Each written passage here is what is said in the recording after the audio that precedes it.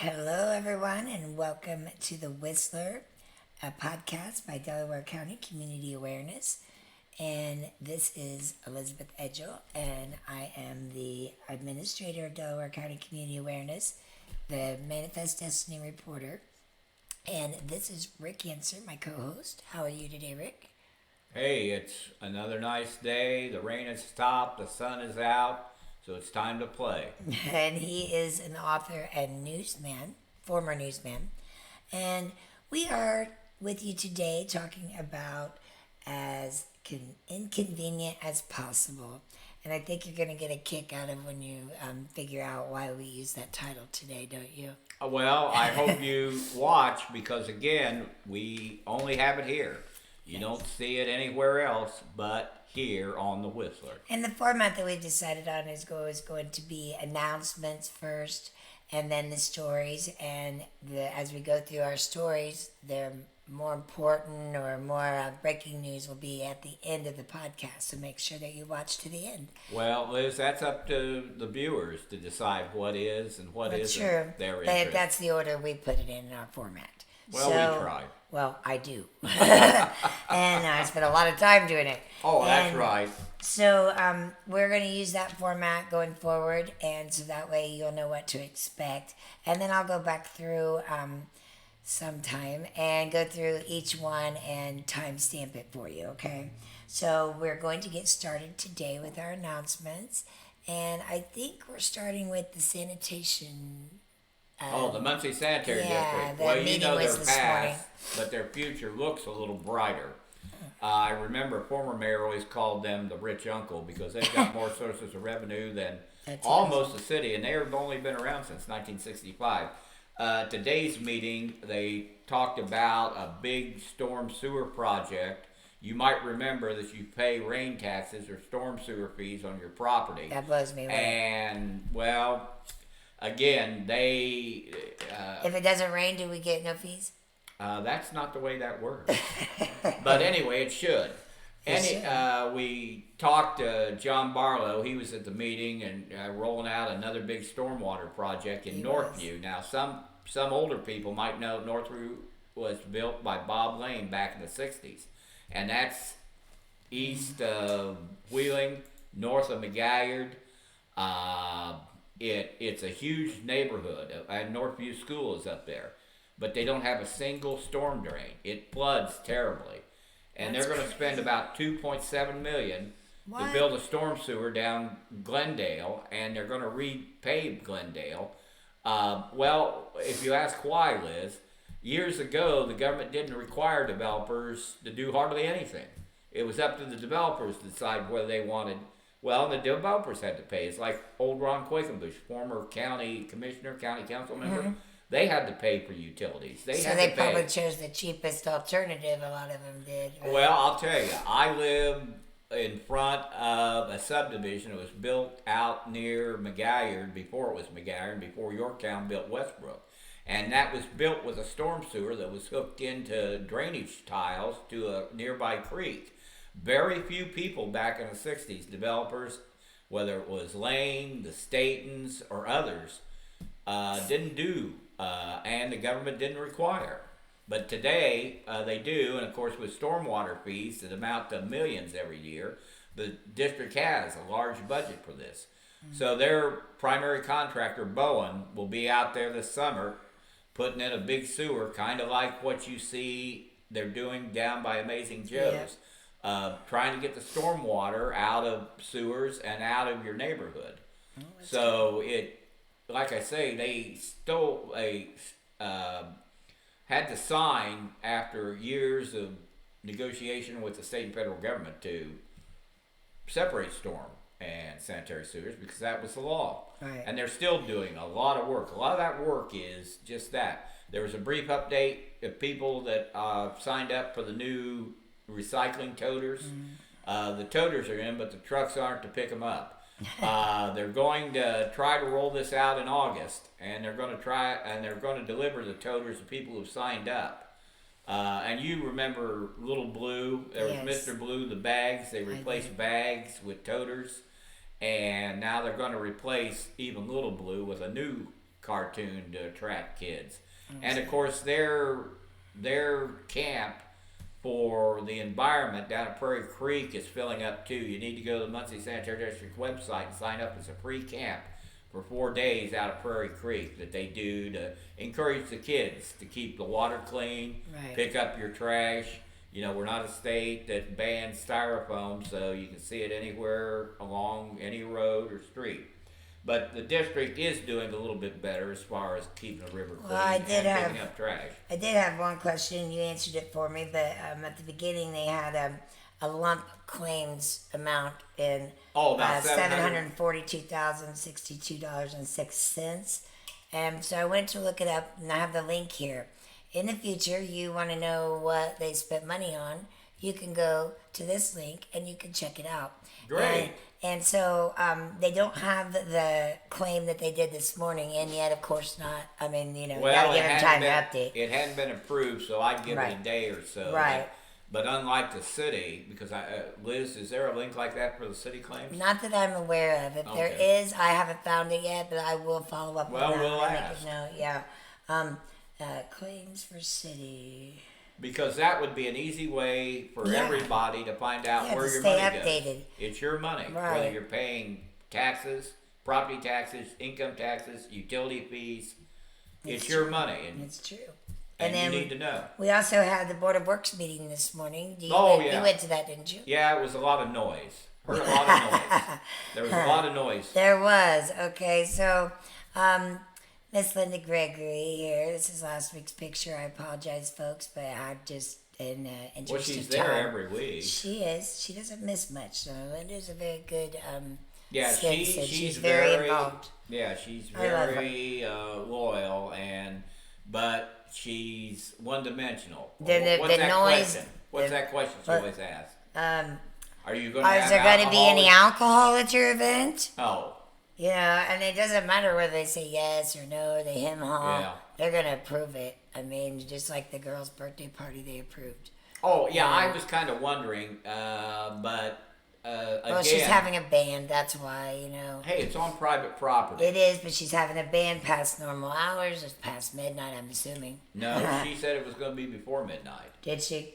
Okay, well... And I think it was in even though she didn't say, I think it was in a Ball State neighborhood. Because, Ball State has these massive parties, and now we see these massive parties growing throughout the city. And I didn't hear her to tell them to inform the police like she usually does. Oh, you mean there's a different... Well, I mean, maybe it was because the police chief was there. Oh, yeah, we haven't seen our chief, Nathan Sloan.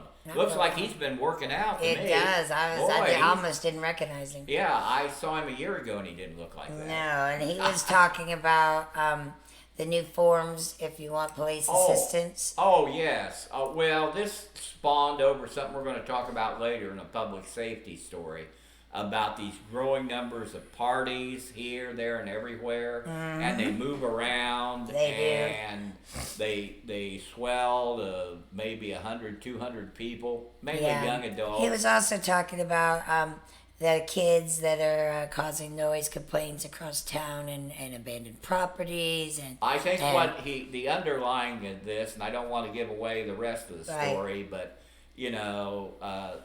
some of these groups, some of these parties involve drugs, alcohol, guns. They do. They do. And it's I guess everybody wants to have fun. I guess so. But I wasn't sure what he wanted when he said, here's a form to fill out for police service. I'm not quite sure about the police service. I mean, when would you need that? I'd call 911. Yeah, if you need that, but maybe for traffic.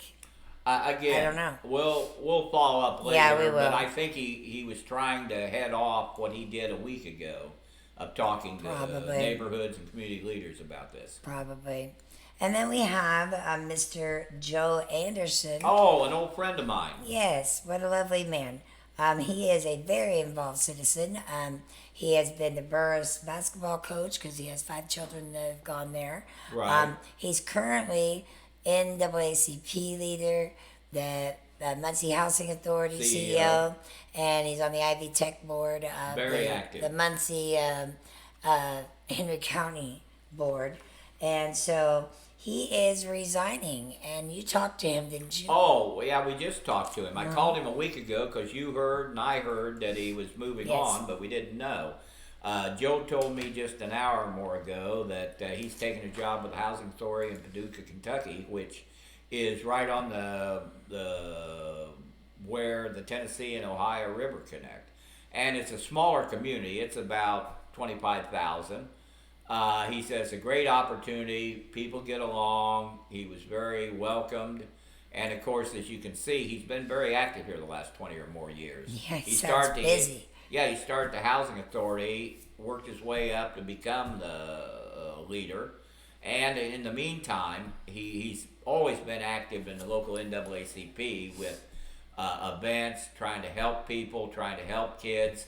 And of course, being an educated soul, he's helped with the Ivy Tech program too, which is the biggest community college in the state. He mentioned he was going to be, originally they wanted him, his last day to be the 31st of May, but he extended that to the start date of June 26th. So that gives all these some time and opportunity to replace him, which it sounds like is going to be a very difficult I figure whoever's the second in command there will step in. It's an appointed board by the mayor, and frankly, I think Nora Powell is on that board, and it will be interesting to see who they get to lead the Housing Authority, because they have about 1,000 properties,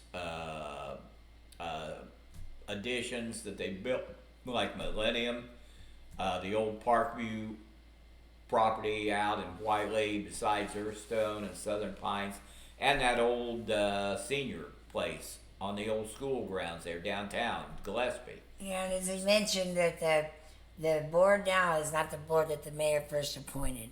It's changed, but the mayor still has control of all those appointments. So he's going to make sure that it's like-minded people. I don't know what he's going to make sure. All I know, too, again, not only do they have stationary public housing, they also have a huge Section 8 program, which are vouchers for rental housing. They gave some of them to the City View project, didn't Right, they? he said that. And now I wonder about that, because does that take away any of the vouchers that people are waiting for on the list? I can tell you from several people that are trying to get housing that there's a huge waiting There is, but it for seems like some housing. opened up for this. Right. You know, and I don't like that. Oh. You know, we got people who've been on the waiting list for a year. And now these people just got some. They just move it for something that was just built. For the mayor. Oh, well, maybe. You know, I'm just saying. So we are going to see him on the June 19th celebration, which we'll announce. This Saturday. Yeah. Yeah, that's actually the 17th. But we'll see. They're going to give him an award. He mentioned too that they're going to honor him for his years of service here. As well they should. At the Juneteenth, and it'll be at McCullough Park from 2 to 11. He's also going to participate in the Indiana State Housing Conference. Oh, yeah, there's a big convention coming to town. Yeah, July 29th. Or June 29th. At the end of the month, Yeah. that he'll be participating in too. We've noticed lately things have picked up down there at the convention center. Well, that's good. That's maybe they're using their STEMI money they got too good. Oh yeah, they got. They got like 300,000, didn't they? No, I think they got more. More? But I think I originally. don't know why they got more, because they get over $2 million. Every nickel and dime we pay on a McDonald's cheeseburger or a drink goes to the convention center. It's been that way 30 years. Crazy. No, it's true. All right. Well, then we're going to move on. We have the mayor's update, and we always have sanitation, Board of Works, and Every other week. I and, call it the doubler. Right. And then we have the mayor's update. And what did he have to say today? Well, he did some different things. He talked about Touch a Truck, the event that they just had. I'm not real sure what that's about. But he mentioned that it's something to the effect of the police, fire, street, sanitation department coming with their special programs and whatnot. They show up with all their equipment, the millions we spend for police cars, fire trucks, street trucks, and it's a kids type program where the kids can go up and sit in the car or sit in the truck. But what I found amazing too is I heard at the sanitary district today, nearly 500 people participated, Yeah, he's having to wait for and the sanitary district paid to feed them from food trucks that were arranged There was like for the 3 of event. them. And I said, really? Gee, I was quite a pretty penny. well, Taxpayer. I told you, rich uncle. That's what. If they're not rich, they have our money. Oh, I forgot. It's not theirs. Yeah, it's our utility fees, Yes, our thank property you. taxes, our money. And he also talked about the road closures that are coming up. We know that Wheeling has been a section of it closed down there in front of Amazing Joe's. He says that they've moved forward on that a little bit, and they have it down the road a little ways. Oh, they're gonna pay Wheeling. Well, too. it's the street department and the sanitation department doing a project here, so Right. it's going to take a little bit longer. And then he said that on Madison Street, north of the roundabout, that the foundation has broken down, and so I they're- didn't get down there to see exactly what they're doing or if they're doing right now. right. And then Prairie Creek. Now I put it in as a Prairie Creek burn fiasco. I was a little bit perturbed by this announcement. And maybe the way that he said it, you could go back on the City of Muncie's Facebook page and watch that for yourself. But he mentioned that the city has a burn pile, a burn place out there, Right. and that they've caught people out there burning their trash and burning stuff in the burn pile. Trees and Yeah, burning just, leaves or leaves, whatever, yeah. And he was rather sassy about that. He was like, and we're going to see that stops. And there's to be no burning, and so they're going to get cameras out there, and they're going to have surveillance by the police, I think it's punitive. and then they're going to have a gate going up. So if you're not a a gate pier, on a public property. yes, if you don't own a pier or a campsite, you Nah. will not be able to drive through it. So you stop at the gate and somebody comes out and says, "Papers, please." Yeah, pretty much. Really? And I mean, I don't like that. I'm sorry. It's already been a little dicey out there. And I was out there for the Memorial Day celebration. And speaking as someone who doesn't own anything, I was out there as a guest during Yeah. What the are they holiday. gonna do about guests? Well, they got rid of all the toters out there. Oh, Like what I now? reported What'd on they do? last week. And they brought in big dumpsters, but every stinking dumpster was full Really? and overflow and laying on the ground. And so until you get your position right with your trash, maybe you shouldn't be talking about other people burning theirs. I'm just saying. Well, I'm just saying that, be above reproach before you go digging at other people. I mean, at least they're burning their burnable items on a burn pile. I think it's maybe a little overreaction. I think it's a little don't petty. know, but It's a little petty, and it's a lot of overkill with the surveillance and the cameras and the gate. I said punitive, Mercy. I mean, petty. not restoring or trying to help people. Well, yeah. And then he moved on, and he talked about the Ball State high jump champion, Charity Griffith. This photo comes courtesy of Ball State Daily News. She is now the highest jumper in the whole country. Well, yeah, she And won the high jump in the NCAA. It was 1.93 meters, which is 6 foot 4 inches. Right. That's insanity that she can jump that high. Well, it's the first time I think Ball State has had an NCAA champion. Now, she's an Indiana girl. She's from Rushville, just like Tony Stewart, the Rushville Rocket. Really? Yes. So, Ball State, I think she has one more year, so she'll be returning. And that was pretty much it for his announcements. I mean, other than events that we're already covering. However, this is where we took the name for today's podcast, as inconvenient as possible. I want you to watch what we caught What? Mr. Rednauer saying. What? Oh, that. Yes. Are you ready? Just listen. That, but it's going to be kind of a little more closure and just know that we're doing everything we can to make it as inconvenient as possible. But in order to do that kind of work, there's some massive closures. He Another did. that, He said but it's they're going doing to be kind everything of they can to a make little it more as inconvenient closure, as possible. and just And- know and I that adore that. we're doing everything we That was can really great to make it because as inconvenient it is as possible. inconvenient. I Well, mean, you again- got all of the projects going on all over the city.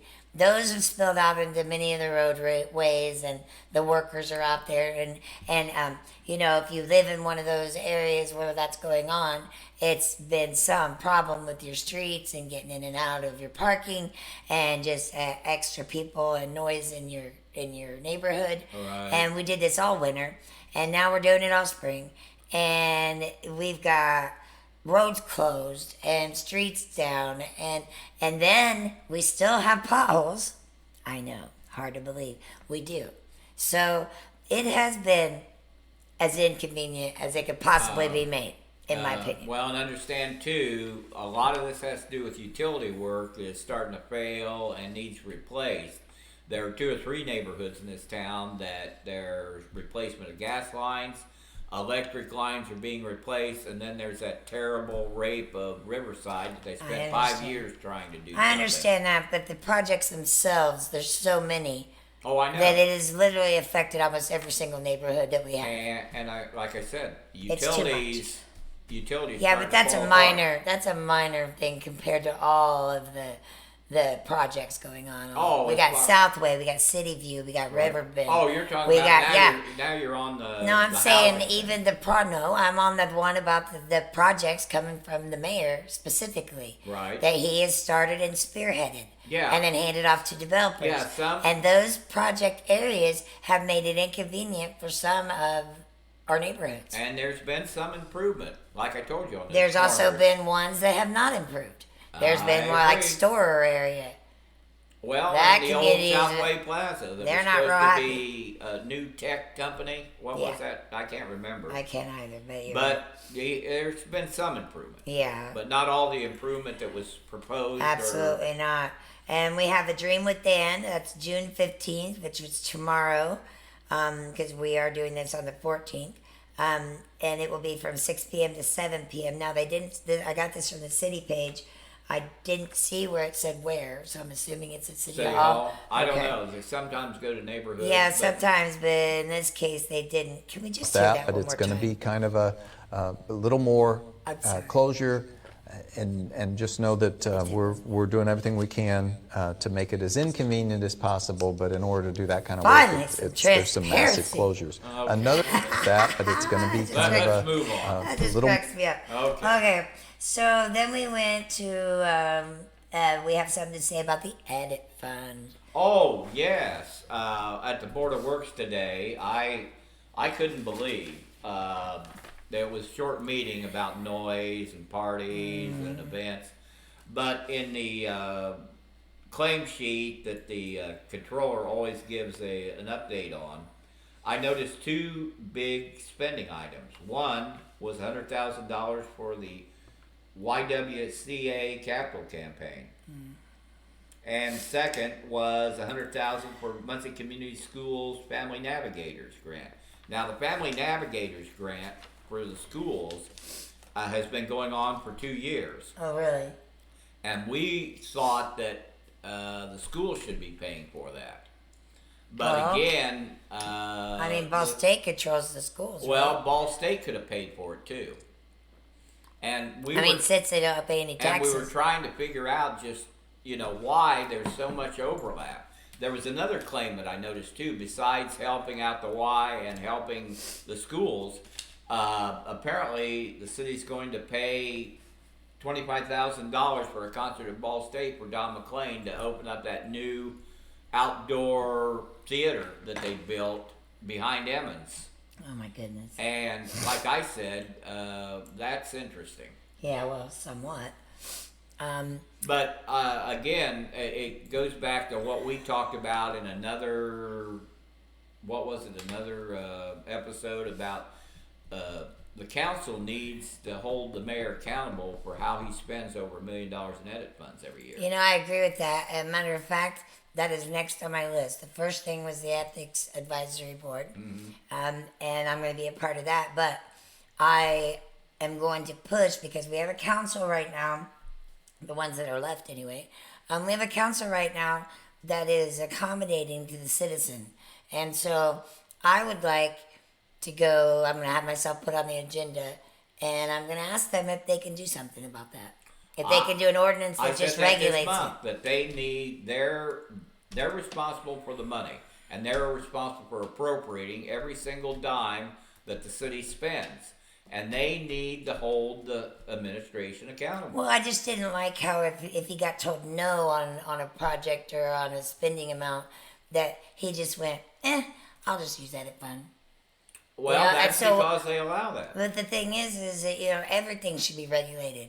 Our credit cards through the city are regulated. Yeah, most budgets, if you look at most city budgets, they are a line item. And honestly, going forward on the Ethics Advisory Board, I would ask for that to happen anyway as an ethical thing too. I mean, it's always better if you have a checks and balances, and that's how the system was arranged. I think we're going to get a list of what he spent. Now, some of this charity spending, I can support, but it needs to be open so everybody knows where this money is going. Well, a lot of his didn't go on a necessarily charity. It went on projects or money to developers on projects that he wanted to push through. Well, those were part of the benefits package for a lot of these projects that they were talking about. Like, when you sold the old jail for $100 and then you gave him $600,000 to build it. Oh, yeah. Like that. The old jail's going to be condos. Yeah. I'm still wondering about that. Yeah, so... But since First Merchants is underwriting it, what can I say? Well, we could say a lot. We're paying the bills, so we could say a lot. And I think I will do that at the next meeting. And then we're going to move on to our June 19th celebration. We did this last year and the year before that, I believe. Right. Because you and I were at the first one. Well, the federal government made it a holiday, and it's an important day in history for some people that were emancipated on that day. Yes. And, of course, some people still think that they haven't seen equality, inclusion, and diversity, but hopefully people will get together and realize that we're all humans. Amen. And we all have to get along. Well, the top of the flyer says everything. Hope. I hope that we can do it. And unity. Exactly. But together we can. And there'll be a big party at McCullough Park in the afternoon. And as we already said, Joe Anderson will be recognized for his years of service here. Yeah, I may make an appearance there and report on that myself. Do you want to go? I'll be around. All right. And then we have an update on our railroads because that was something at the end of the week. I happened to be downtown today at City Hall and hobnobbing around. Great picture. And lo and behold, I saw road closed signs up on the railroad, a crossing that was just fixed last year. You remember last summer? When they closed all of the railroads? Yeah, when they closed all of them at the same time. Yeah, well, this time, I only found on that line, they had only closed the downtown at Walnut, and they also closed over there on Willard by the fire station. What they were doing is fixing and updating the lights and the gates on those tracks. So it should just be a few days. It's not going to be extensive or as inconvenient as it was last year. Oh, good. But people should know because they wondered, given that there's a whole bunch of road closing signs around town. Well, you ain't seen nothing yet. Wait until they close 332 next month. I don't even want to hear about it. Because, again, that's going to cause traffic to go haywire because we've already had 2 really bad wrecks on 32 in the last month. Well, and that's still going on, too. So that's just a little bit. That's just one lane closed down. I can't imagine how it's going to be. Yeah. So there's going to be no traffic coming in. We will make sure on the Delaware County Community Awareness Facebook group that we will post all of the updates on the roads. We'll do that weekly. Right. Yeah, think, because again, we're just getting started on road and, yeah, and utility yeah. construction. I mean, we still have the pothole situation, so they still got a whole bunch of them they got to fix. So stay tuned for that. When we come back, we're going to take a short break, but when we come back, we're going to talk about public safety, the school board meeting that Rick went to, and then we have an update on the Aaron Clark Oh, is that and still the going city on? attorney. Yeah, it's Are they still going on. still? Yeah. Well, when they drag their feet, that drags it all out. So we're going to take a short break, and when we come back, we will get on to our main three stories. Hey, thanks again. All right, thank you. Just a moment.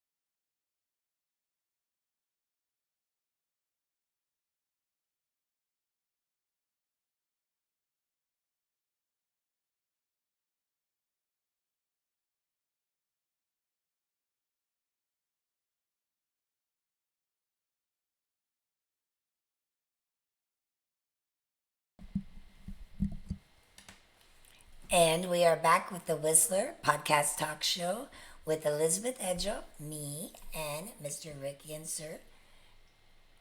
Are Hey, you what's with me, up? Rick? Yeah, we were just updating something Okay, here. so Rick has a story concerning public safety for us today. Yes, this came up at a neighborhood meeting on Monday. I went over to Whiteley to see how they're spending their STEMI money, and a police officer, Amy Kessler, was there to talk about parties. Apparently, after graduation, they have found that there's roving bands of partygoers What? here and there and everywhere, and they swell in the numbers of 100 to 200 people. They Were are they found. before New Orleans? No. These are somewhat dangerous party goers Oh, really? because a lot are open carry, and in this state we can open carry, and also we And don't. this is Amy, right? Yeah, this is Amy. She's been around about 20 years. Oh, wow. And as the chief said, they had a meeting with neighborhood and community leaders a week ago to talk about this. They're mainly youthful. They hang out in neighborhoods. They may show up at a gas station. They keep roving around. Well, we're seeing a lot more block parties And pop up, if like you they had look at, Yorktown last and week. if you look at the post there on Manifest Destiny about this meeting, she mentioned that in one case when a state police officer tried to intervene and arrest somebody, the rest of the party goers jumped on him.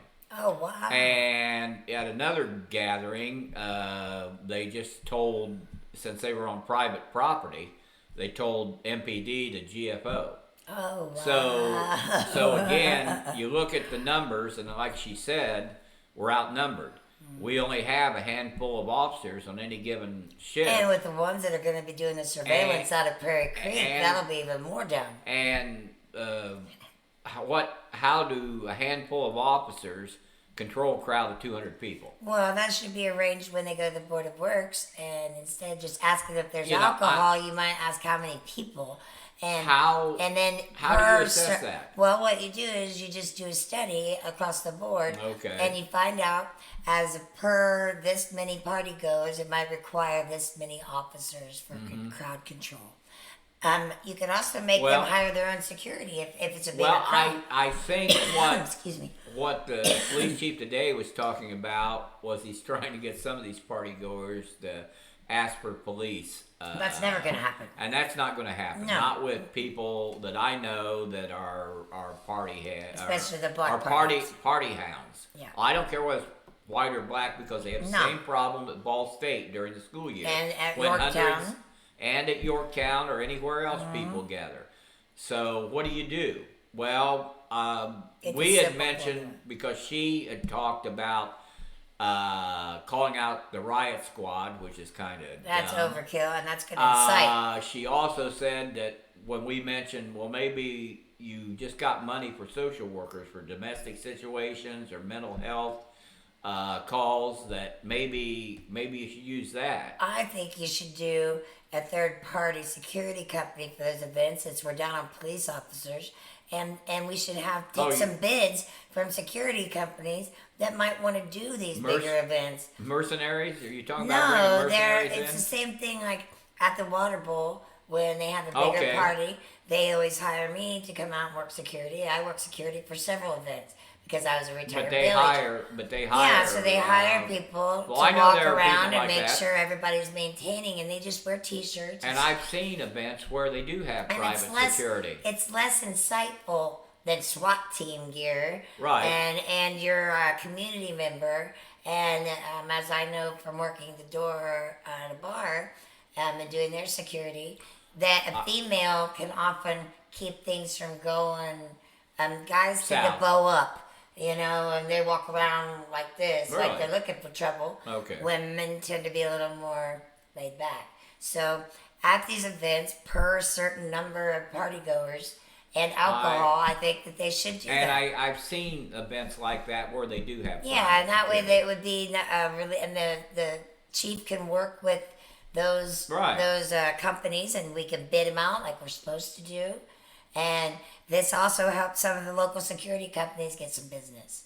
Well, that's an idea, because I don't think if there's a confrontation, the police are going to lose. No, and I really don't want to see a return to the last few years of protests and all this. Well, I don't want to see a lot of murders, because I don't again, either. 2 years ago Or stores damaged. We had a terrific amount of shootings that it was did. sad, very We did. sad.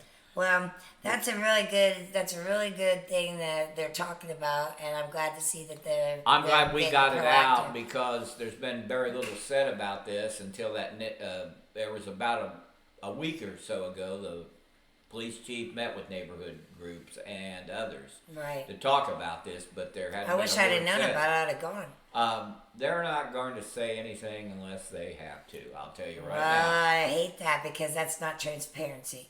And like I say, I've been around. Because look at my idea. I just What? had a good idea for that. Well, And so that's what happens and when you that's the common include. practice for Yeah. venues that have Exactly. And crowds. so you have more heads on a topic, you have more ideas. And, and getting that meeting exactly. out last week would have been a great thing because I could have got my idea out and maybe they could already or be even working on it. others. Yeah, exactly. So I'm not a fan of anything that takes away the transparency of the administration. Well, Sorry. they need. Well, Because that We'll just see. keeps us excluded from what's going on and it affects us.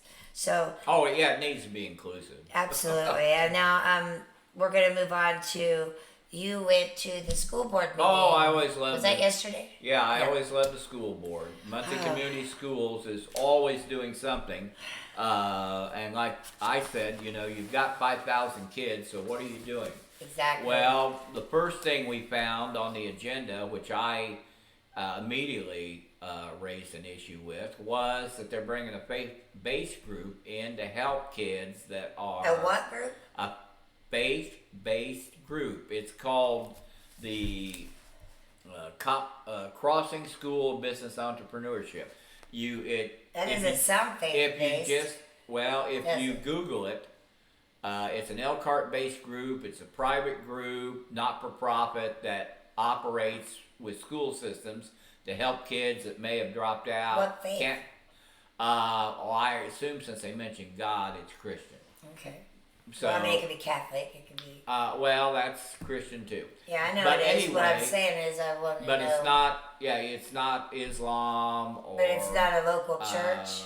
No, it is a not-for-profit corporation that provides skills training. Now, I thought that we couldn't have the Pledge of Allegiance because it said God in it. How are we bringing this in? Well, this is to help kids that are struggling. But what if their parents aren't of that faith? Well, the parents have to sign off on it. See, this is all voluntary. It's not mandatory. What they're trying to do is find ways to deal with a growing dropout rate, kids that don't want to go to school, or others that... Again, social workers would be the best qualified for that. Well, I'm not sure that religion's a good call for this that. group, it's just an hour out of the day. What they're actually doing is training kids to be skilled workers, Now that whether I'm they fair. be carpenters, electricians, plumbers, laborers. This has a tech background that has kind of fallen away from most public schools where they're not teaching trades anymore. And I can see the benefit of that, but again, every time that we got an hour to sit around and talk about belief and spirituality, I'm not sure that works with kids today. It's not going to, because there's going to be many, many parents that are not going to like that.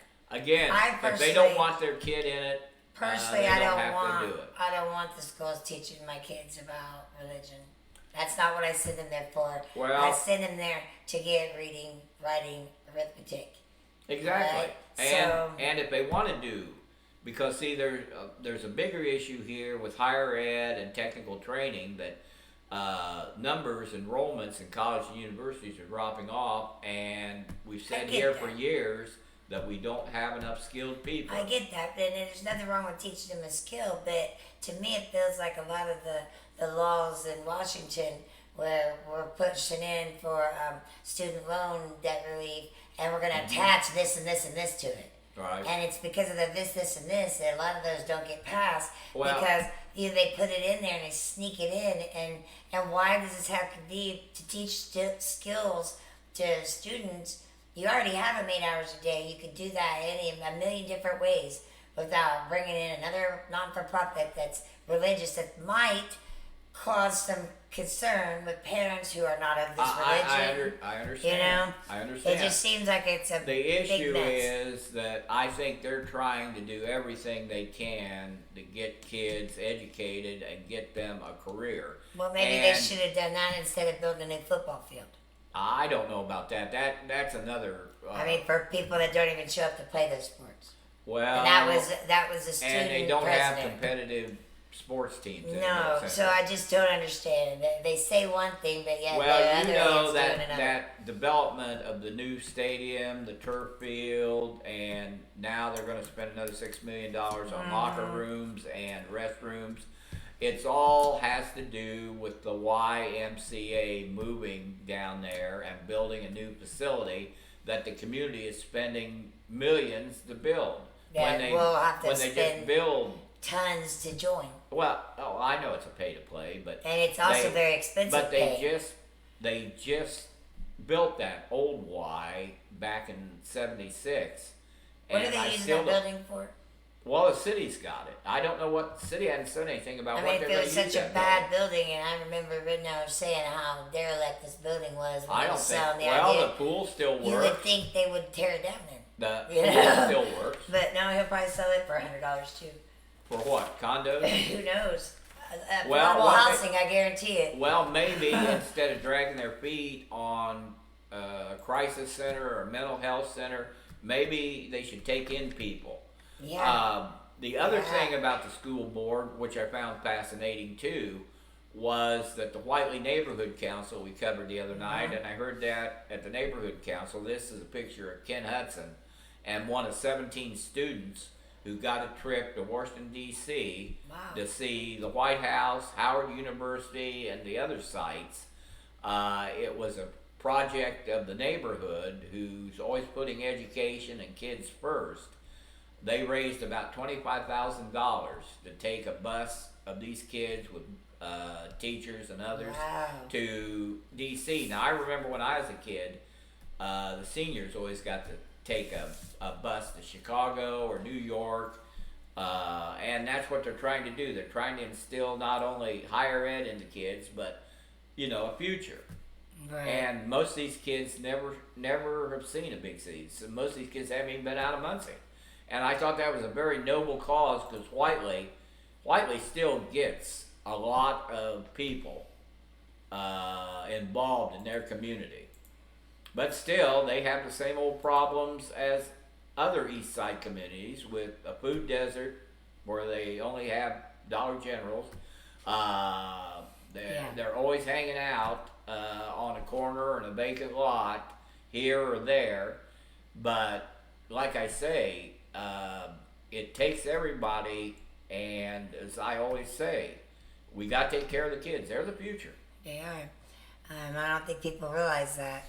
When you complain about the youth of today and their ability to recognize where we all stand politically and economically. Oh, they don't vote either. If they don't Some don't want do to work. a good job at those things, and if you don't feel like they understand it, well, that's our fault. And see, that's our fault. That's what they brought this not-for-profit in to do, to get them interested in a career where they could use their hands and make a living. And Well, we'll see how many of them get to participate in it. Well, we'll see if it works. All right. Well, we're going to move on to the last story of the day. And thank you for all of you who have held out for this story. It's been breaking throughout the week. There's a lot that's being kind of slowed down, and it's with the city council story that we gave you last week on Aaron Clark supposedly sending a message of some sort to a client of the previous city council attorney. Oh, Delph McNally. Yes, Dan Gibson more specifically. Yeah, he's a partner. Yes. So we a week ago at the week 2 ago at the city council meeting, this was an issue, and it dealt with Aaron Clark, and he was elected in 2019. He's a Republican, and he's an at-large counselor. So apparently he was on Facebook and saw the post of Amazing Joe's, where the proprietor that runs the Mike Robinson. He was upset with the city because he'd been trying to get information on when they were going to tear his street and everything apart, his parking lot, and he made a post saying that how frustrated he was at the lack of communication with the mayor.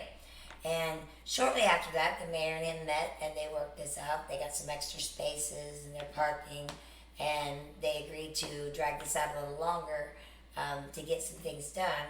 But when Aaron saw it, apparently Dan Gibson says that he sent an email from his email account through the city council, the city, so his official email, and he said that he sent an email to this proprietor who is also a client of this law firm and Dan, and that made a conflict of interest, and so because of that, I have the email that Dan sent to the city council, which terminated their contract on May 19th, 2023.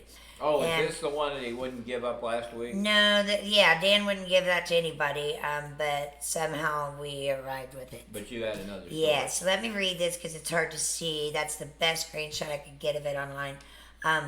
Council, I was just informed that Councilperson Clark sent an email from his official council email and address that directly interfered with my firm's relationship existing client, involving a matter that's unrelated to city council business. As a result, and by extension, my firm, Delk McNally, can no longer effectively serve the city council. Therefore, I'm just going to call them DMLLP, all right? They're voluntarily terminating their contract. And it's unfortunate.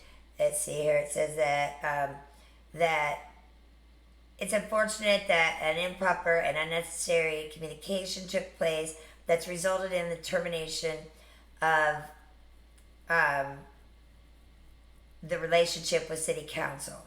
The termination of the relationship of DMLLP is necessarily because of, in light of Mr. Clark's interference with the relationship with an existing client. So DMLC terminates the termination of this. They terminated it immediately, and it said that there would be the relationship. There would not be any adverse effects with any pending matters for the city, and he wished everybody the best and said regards, Dan. So he sent that on the 19th, and there was a story that broke in the newspaper this week. Maybe you saw it. It is City Council attorney resigns, saying Aaron Clark sent message critical of his firm.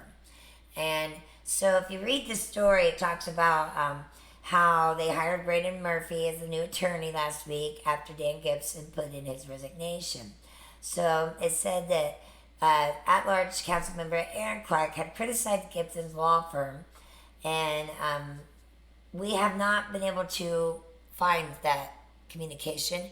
And in fact, when you communicated with Mr. Clark, he said that he had sent a Facebook message responding to the Facebook post, which we talked about last week. Yeah, and you showed the and Aaron said all he asked was anything I could do to help. Right? That's what he said in his email to you.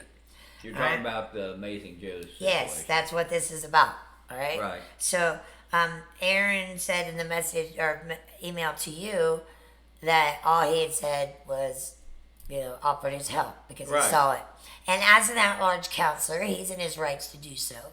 But I think the behind the thing is many people feel as if Mr. Clark was doing so and jumping the gun and sending that message to protect the mayor because they're both Republicans. Or support the mayor. And they're both, or support, same thing. Because they're both on the ballot for re-election. Well, it's like I said too last week. Jason Dell participated in Jeff Robinson's golf campaign. Yes. Their paralegal is Sarah Gullion, who's a Democrat for city council. So they've already showed their colors, and it seems as political as what did we see last week between Donnie McClellan and Murphy? Well, the resignation had a response from Clark, who focused on the claim that his communication to the unnamed client had been sent through city council email, and went on to claim that such an assertion was, quote, potentially libelous, end quote. What? Now, in the voluntary termination email, Mr. Gibson named me in a false statement of fact, complaining or claiming use of official counsel email to engage in improper or unnecessary communication with a client of his firm. Clark contends in a message he provided the Star Press. Unfortunately, Council President Robinson has doubled down on this potentially libelous claim. Neither Mr. Robinson nor Mr. Gibson has provided context. Now, Robinson had apologized to Gibson during the council meeting June 5th on behalf of Clark. I want to apologize for a council member putting you in the position you were in, that you had to terminate this agreement. I want to apologize on behalf of that council person for what happened. Now, Aaron took some umbrage to that. Friday, Gibson responded to Clark's statement, and he said, "It's my understanding that Mr. Clark has publicly questioned the accuracy of my email terminating my relationship with City Council because Mr. Clark states that he did not send an, quote, email to a client of my firm. Regardless of the form of communication, whether by text, email, the one thing is clear. Mr. Clark sent an unnecessary message to a long-standing client of DMLLP that my firm considered to be improper. I viewed a screenshot of the communication by Mr. Clark, and the nature of the screenshot led me to believe that the communication was an email from Mr. Clark's City Council email account, which was my belief at the time I sent my resignation mail to the City Council. The substance of Mr. Clark's communication certainly appeared to be in his official capacity of a member of the City Council, speaking on a city-related matter, which again had nothing to do with Mr. Clark. So it is the substance of Mr. Clark's communication that was problematic and ultimately caused me and my firm to voluntarily terminate our relationship with City Council. This is an unfortunate situation and should not be a public spectacle. As stated in the last City Council, I wish the entire City Council the best of luck. I appreciate the opportunity to have served the City of Muncie. Neither Gibson nor Clark identified the DMLLC client who received Clark's communication or the details of the message. Gibson addressed the Council at the June 5th meeting and thanked the members for the opportunity to work with them. Clark was absent that night because he was attending his daughter's high school graduation. Both Republican and Democrats on Council thanked Gibson for his integrity and good work. Murphy from the Muncie firm of Cannon, Bruins, and Murphy won a council vote over local attorney Don McClellan, who was also nominated for the job. So that is a little bit of news because I'm not sure if Aaron kind of misrepresented to you what he had said, but he didn't deny having said something inappropriate. Yeah, he did. Which was interesting. Yeah.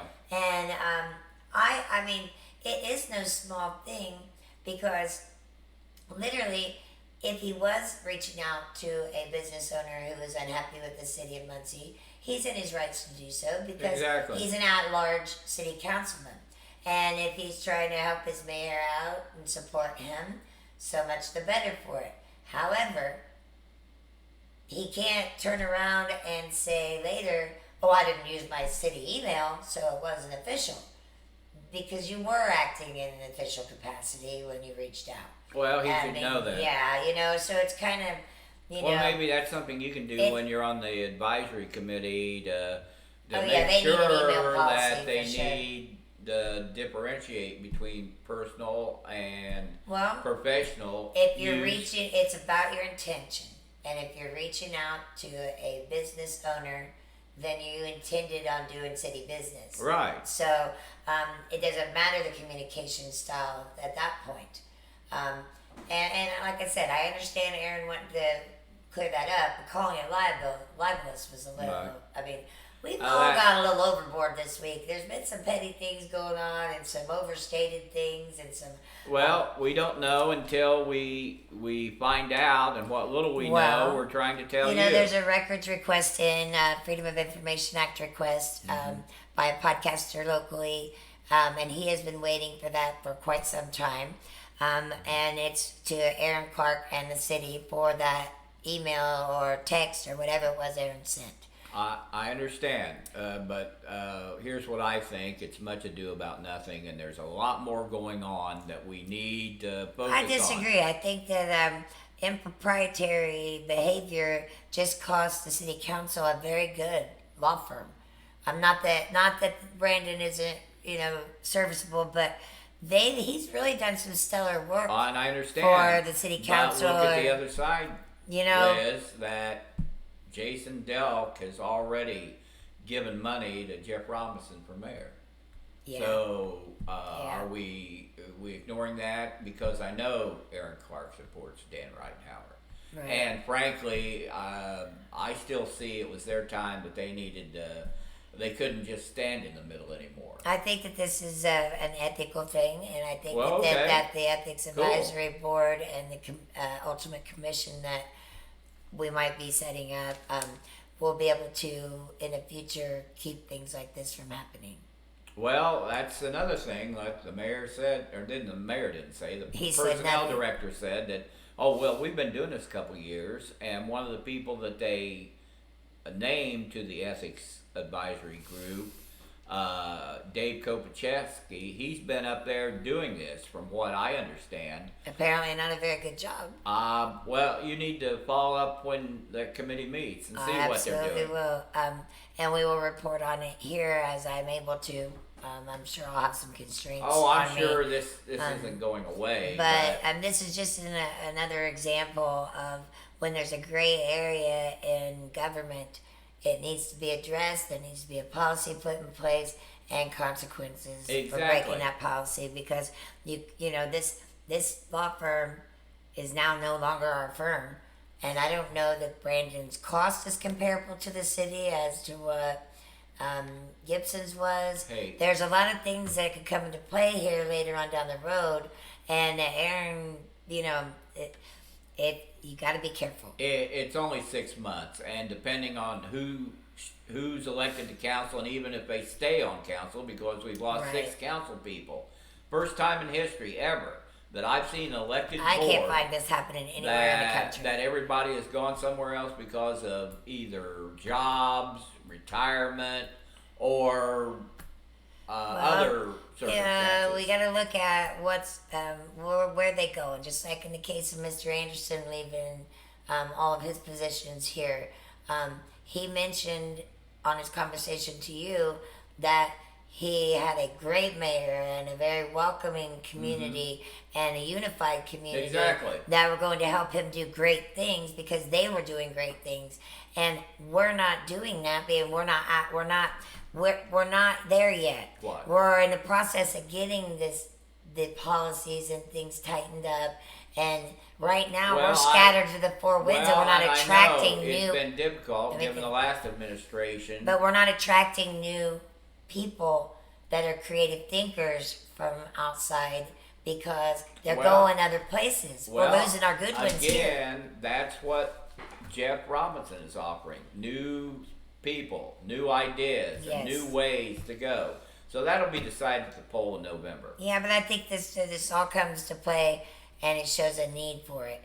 If we keep exactly. doing things with this good old boy secret handshakes system, all right, and non-transparency and doling out information to the public as they see fit instead of being completely transparent on the spending of our tax dollars.